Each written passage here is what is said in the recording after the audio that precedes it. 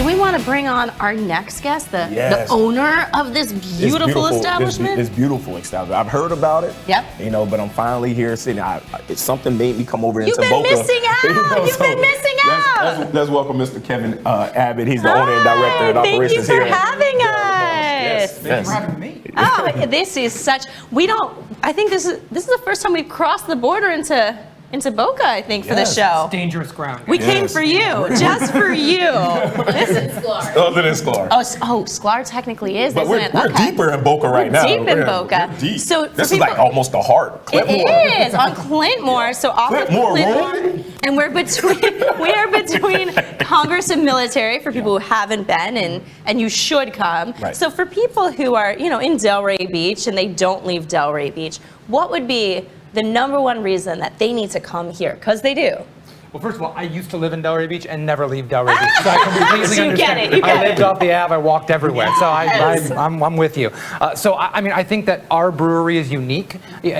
I think everyone knows that the brewing industry has exploded in South Florida, and you can't hit a stone without hitting somebody that's opening up a brewery tomorrow. Yeah. But Barrel of Monks Brewing does classic Belgian style ales. We've been doing it for almost 9 years now, and that's kind of our niche is what we do. We do IPAs, we do other styles as well, more American styles.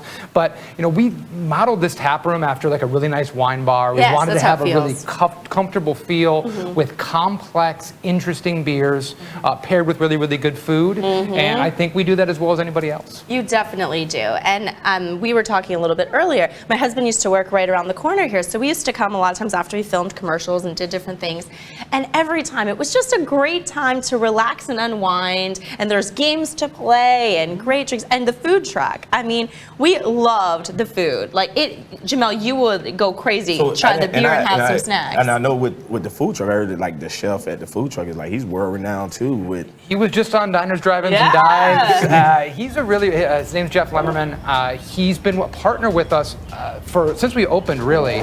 He was bringing his food truck in when we were doing the whole thing where we rotate food trucks every day. And then we eventually wanted to have somebody that was permanent so that when you came in, you knew what you were going to get, right? Because it's tough when I love that burger, and I come in and there's chicken wings, right? Or and tacos, you're oh, man. So now there's a consistent menu. People can count on it. They can pair the beers if they love the single and Havana with a certain burger. They get a chance to have that. And we also have done over the years great beer dinners, and because he's the food truck guy. He makes great burgers, but also if you're doing parties and special events, we have a private event space upstairs. He can create. I didn't know that either. He can create incredible menus. He catered my rehearsal dinner for my wedding. That's so cool. And just knocked it out of the park. So there's a lot of opportunities there. What's the capacity of the event space upstairs? I'm the worst person to ask about that. I believe in the standing area, you can get about 50 or 60 people up there. Nice. Seated, it's 30 to 40, depending on the configuration. But we're really flexible. We move stuff around. We have to. We're big enough. We can move tables and things of that nature to make things happen. Well, this would be a great place for a special event because it is from the moment you walk in, you're like, this is cool. It is a cool vibe. You don't feel like you're in South Florida when you come in here. You really are transported somewhere else. And we're in the middle of an industrial plaza. It's so crazy, you would never know. It's like the doors open into Willy Wonka's factory. Exactly. And you're like, where am I at? I just step into a different time and place. Right. And that was the vibe we're going for. And honestly, behind this wall, we have 10,000 square feet of production brewery. And you'd have no idea. Giant tanks. We have a second upstairs, obviously. So it's a little compartmentalized, but it's a pretty cool spot. So I'm thinking, being that we're in the brewery. Yes. It's early in the morning. This is the best time to really taste. He's like, I want beer for breakfast. Your taste buds are refreshed from the evening. They're as prime as they'll ever be. Break fast. It's time to break the fast. He's like, since we walked in the door, he's like itching. Is there something for people who are coming in here for the first time and they don't know where to start? Maybe they've never had beer before, or maybe they just don't know anything about the style of beer that you do. Where would you say would be that that first taste for them? 1 or 2 beers, either a single in the sun, which is like the light blonde ale that we do, really, really accessible. Single in the sun. Single in the sun, exactly. That's such a cute name. Yeah. So it's just really refreshing, really clean, and also the Wizard, which is one of our flagships. Wizard, I like that name. So that's a Belgian white ale, similar to like a Blue Moon or a Shock Top. Right. And that's something that a lot of people know about. Check it out. So we're We moving, want to right? show them you're beautiful. We're blocking all your beer here. We're going on a field trip here. Let's see. 5 feet behind us. Oh my goodness. But I mean, just how everything's displayed. Like, look at all the beautiful bottles and the taps. This is gorgeous. I'm actually going to go with the Wizard here because I love that name. This is it's mostly because of your giddiness over the name of the beer that I want to make sure we jumped in. I mean, I'm a big Harry Potter fan, so anything having to do with wizards, I'm very excited. Anything having to do with alcohol, I'm He really just likes excited. anything having to do with booze, yeah. So I've got you both covered. You're here, look I've it. hit my demographics. You definitely have. So this is the Wizard White Ale. This is Thank the you. Belgian style white ale. Okay. Cheers. And it's got orange and coriander. It's brewed with orange and coriander, which is traditional for the style. It's one of the older beers brewed in Belgium. It's a classic Belgian style beer. What's smooth? And just clean, dry enough, but it has that orange and coriander spice. And you know, one of the things that I like to stress for people is that I was a sommelier for 7 years. I started in the wine industry. I got into beer as like kind of a hobby and made it a career. And I used to do, obviously, in the wine, doing a lot of food pairings, right? Yes. People do not realize, and we teach them every day, that beer is an as complex, if not more complex, beverage than wine, and pairs with food just as well. I would not have thought of that, to be honest. Like, because I mean, I'm a wine drinker typically. Yeah, of course. So I think of, okay, what will be good with this when I'm cooking or put it in? But I never thought of beer. Like, that is really cool. That's very cool. So what would you say? Because this is delicious. So I'm coming and getting some of this. What would you recommend I pair this with? So a couple things, and you can pick this up at a lot of local stores, Publix, Whole Foods, Fresh Market, so it's not just available here. Yeah. If you're gonna pick up a Wizard and bring it home, there's a lot of cool things you can do with it. If you're into, because I was into Italian wine, I was an Italian food guy, a linguine di vongole, the linguine and white clam sauce. I was about to say, I knew exactly what he said. I didn't. No, I did not. You know your food. When he said linguine and clams, yeah, I knew that. But when he said, That's why I gave both levels. I'm hearing it in Italian, being Italian. Okay, so with that, what would we do with this? That would be a great pairing with that dish. Also, if you went with like an arugula salad with like a strawberry vinaigrette and goat cheese. Yum, that's one of my favorites. Monster pairing right there. Also, if you go into a different range, you can go into like Thai food. Really, really well because the coriander accentuates the spices. But also one of my favorites is like ramen or pho. Because you've got all those spices and that savory broth and the acidity in the body cuts through all that, refreshes the palate. You know what? And that's just one beer that you I can can pair sit with here several different listening to him things. do this all day. This is amazing. I think we have a pantry full of ramen at the house. I know. Well, you better get some of this. I'll show up, and we'll taste through all my beers with it. We'll talk about how they pair differently. That would be a really fun event, like for a birthday party. Like you have your friends come and do something like that. Because women usually love wine pairings. Yes. So now it's something for the fellas. Yeah. And women.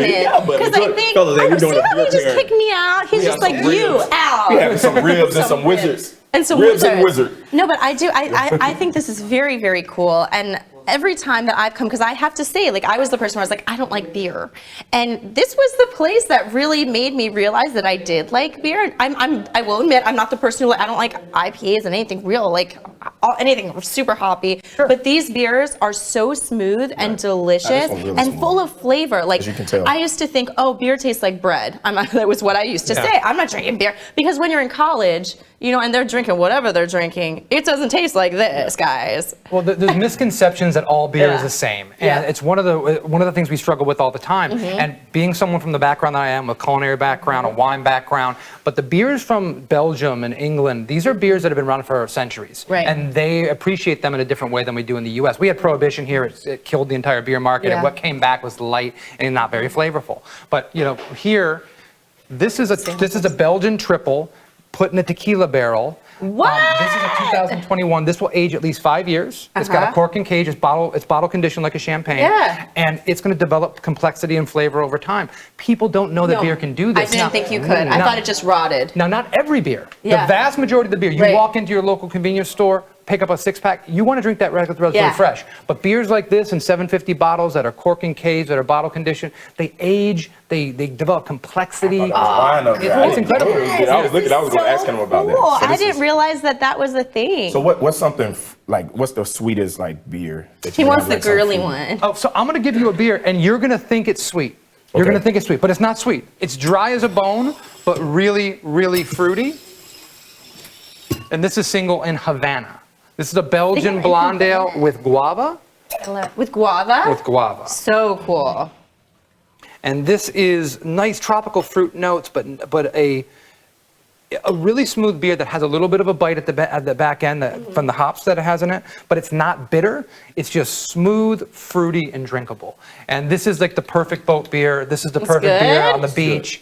Another beer I don't want to get rid of this one though. I haven't finished it. You finished yours so fast. Listen, I'm like, don't take my wizard. Do you have any idea how many glasses I have back here? Don't babysit the beer. Okay, wait. I'm not wasting this. Here. No beer goes to waste here. I'll even give you just a little bit less. Just a tiny bit. Yeah. No beer left behind. No beer left behind. Oh, it even smells fruity. Big tropical guava notes, but really clean and bone dry. We actually add the fruit during fermentation so that it ferments out all the sugar to keep it dry and drinkable. But you have just enough of that bite of the guava taste and the tropical in the smell too. Yeah. So I can understand when you say boat beer. Yeah, of course. This feels like summer vacation. This is amazing. So what would you pair this with? When you start putting like fruit and like extraneous ingredients like cocoa nibs, I've got beers with cocoa nibs on here. A lot of times people end up going like with like. Right. So you want to do something like a fruitier dish. You want to do that salad with the fruit in there, right? But the other thing is that it's a contrast pairing. Find something that doesn't have those flavors and add that to that. One of the things I would do with this is like a lighter spicy dish because mango habanero. How great is that flavor? So if you went with like a spicier chicken breast, like a jerk chicken, and put that on a brioche bun. Now you're adding a fruity flavor in there that complements those flavors, and also it's clean enough to rinse the palate for the next bite. Wow, beyond. I mean, I'm. So he's a spiritual advisor. Yes. If you think about it, spiritual advisor. That's his new title. It's my side business, so I can help anybody out with that. So how often are you here for people who are like, wow, I just want to learn more? Does everyone who work here know all this information about the beers, or how for like the newbies like me who are like, well, I just don't even know, and I pick based on name usually. Yeah. Like, how would they come in here and get this information? Because this is magical.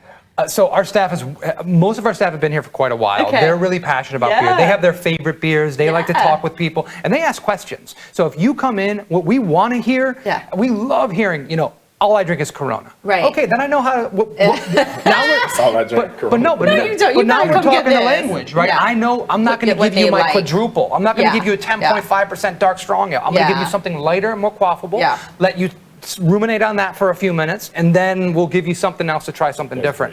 So our people are really good with that because they know that we get a lot of lost puppies coming in here, right? They never been to a brewery before, and they're trying something for the first time. And we wanted to be that olive branch, like you said, that you're more of like a wine person.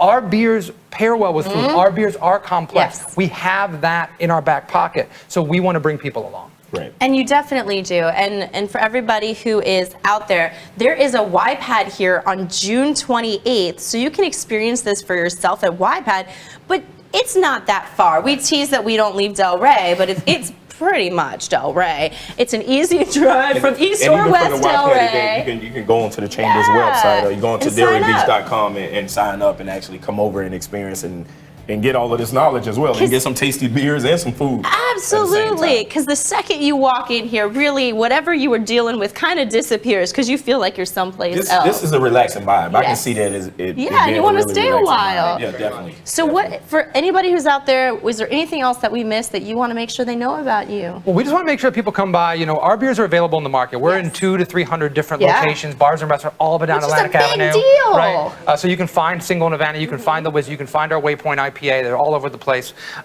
Places I heard you mention earlier, Hawkers in downtown Delray. They've got our IPA on right now. So you can find our stuff everywhere. But we want to see you come in here. Yes. We want to see people check our place out, get the full experience, try the full range of beers that are available. We're open every day. We're open at 4 p.m. on weekdays, noon on weekends. We do special events. We have live music right now on Wednesdays. Cool. We do a lot of fun stuff, specialty beer releases, things of that nature. If you follow us on Instagram, it's Barrel of Monks. It's straightforward. Barrel of Monks on Facebook. Just type in Barrel of Monks. There's not going to be a lot of you'll find them. If you type it in, you're going to find them. I've seen the beers in the stores. I've seen them in the restaurants, and I didn't know Barrel of Monks was right here in our backyard. And now you got to meet the owner. And it's one of those things that is really special. And for your friends and family that maybe can't come in because they live somewhere else, tell them about it. Support a local business. I think that's so cool to be able to say they're right there. This is a true gem. Thank you so much. See it. Yeah, we're gonna be here a lot. I have a feeling. I'm gonna drag him across the border. Across the border. Yes. Well, thank you so much. Thank you very much for hosting coming. us. But this is incredible. Perfect breakfast. Yes. So listen, make sure you guys come over to Barrel of Monks. If you can't make it here on June 28th for the YPAD event, the Young Professionals event that the chamber, that's part of the chamber, come here whatever. He told you every day after 4 o'clock. Might be here at 4:01. So the thing is, come check it out. There's awesome food and everything. And no further ado, have a Delray day. Peace. We're getting back to this drink, baby. Cheers.